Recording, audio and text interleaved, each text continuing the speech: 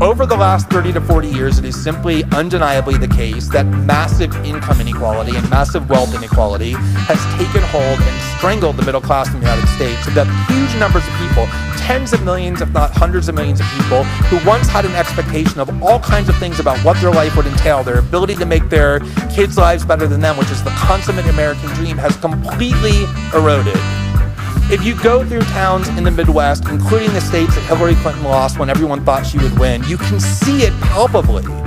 I spent a lot of time this summer in Wisconsin, which is one of the states that Donald Trump won unexpectedly, in Milwaukee and outside of Milwaukee, and you can see the boarded up factories and the homelessness and the joblessness and the drug addiction in rehab facilities skyrocketing because of people's hopelessness. It's not difficult to see. And the reason that has happened is not because of bad luck or fate or things out of our control. My name is Nancy Reagan. My husband's name is Ron. He rules our nation. It's the very deliberate decisions that the American ruling class has made about the policies it wanted to pursue, and people know that. That free trade and globalism were ways of enriching the already rich in the United States at the expense of everybody else. And the people who realize that and the people who know it were just as angry. My name is Nancy Reagan. My husband's name is Ron. He rules our nation. And yet the anger and grievance that they have been nursing, in a lot of ways for valid reasons, caused them to go and vote the way that they did. And there are a lot of elites in the United States who bear responsibility for those policies that have spawned this massive inequality and human suffering in tens of millions of people in what was once the middle class in the United States. And if you're those elites, the last thing that you want is some kind of reckoning with that, some kind of national discussion about what went wrong, about what poor decisions were made and who made them. Instead,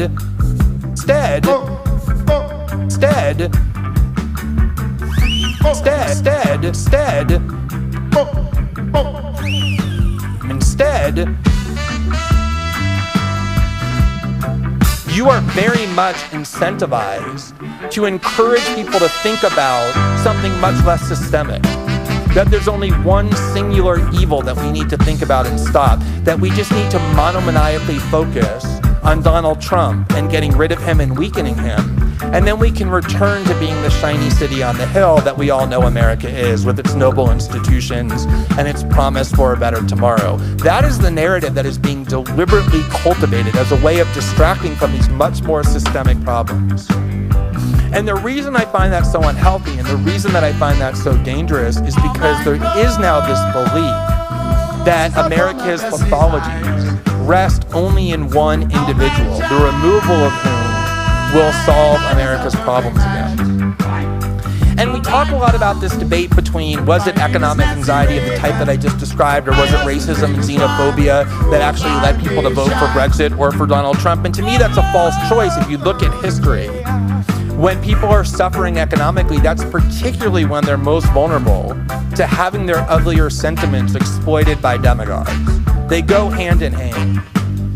And so I would encourage you to think a lot more about Donald Trump and his presidency, not as the primary cause or the author of America's pathologies, but instead as a byproduct or a symptom of those pathologies.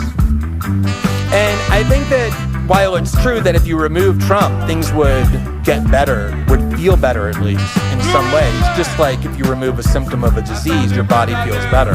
Removing Trump from the body politic would improve the body politic in some ways. It wouldn't in any way address the underlying fundamental pathologies that have brought us Donald Trump in the first place and that could bring us worse Donald Trumps in the future. And I'm particularly concerned that this narrative that encourages us to think that the problem lies with the election of this one person as opposed to the problems having brought us the election of this one person is a way that will just further delay our reckoning with these very systemic diseases that the United States political culture has been cultivating for a long time. And I think that's very deliberate.